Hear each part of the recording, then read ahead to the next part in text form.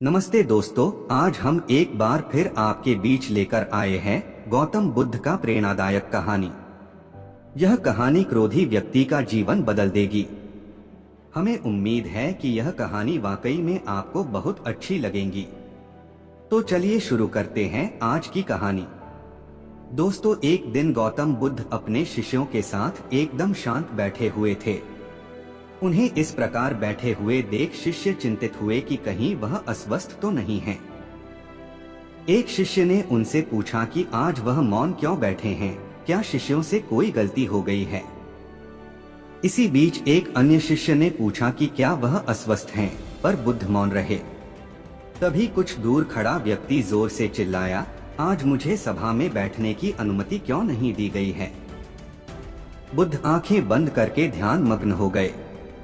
वह व्यक्ति फिर से चिल्लाया, मुझे प्रवेश की अनुमति क्यों नहीं मिली।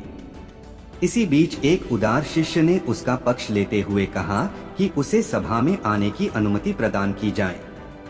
बुद्ध ने आंखें खोलीं और बोले, नहीं, वह अछूत है, उसे आज्ञा नहीं दी जा सकती।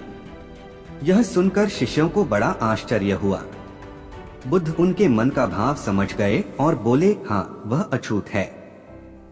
इस पर कई शिष्य बोले, हमारे आश्रम में जात पात का कोई भेद ही नहीं, फिर वह अछूत कैसे हो गया। तब बुद्ध ने समझाया, आज वह क्रोधित होकर आया है।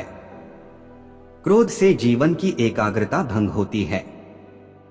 क्रोधी व्यक्ति प्राय मानसिक हिंसा कर बैठता है, इसलिए जब तक वह क्रोध में रहता है तब तक अछूत होता है। इसलिए उसे कुछ समय एकांत में खड़े रहना चाहिए। क्रोधित शिष्य भी बुद्ध की बातें सुन रहा था। पश्चाताप की अग्नि में तप कर वह समझ चुका था कि अहिंसा ही मनुष्य का महान कर्तव्य व परम धर्म है। वह बुद्ध के चरणों में गिर पड़ा और कभी क्रोध न करने का प्रण लिया।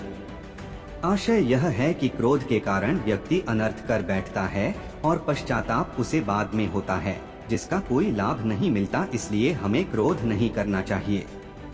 असल मायने में क्रोधित व्यक्ति अछूत हो जाता है और उसे अकेला छोड़ देना चाहिए। क्रोध करने से तन, मन और धन तीनों की हानि होती है। क्रोध से ज्यादा हानिकारक कोई और वस्तु नहीं है। दोस्तों, अगर आपको यह कहानी पसंद आई हो तो हमें कमेंट करके जरूर बताएं, और अगर आप ऐसी ही प्रेरणादायक कहानी सुनना चाहते हैं तो हमारे चैनल को सब्सक्राइब कर लीजिएगा।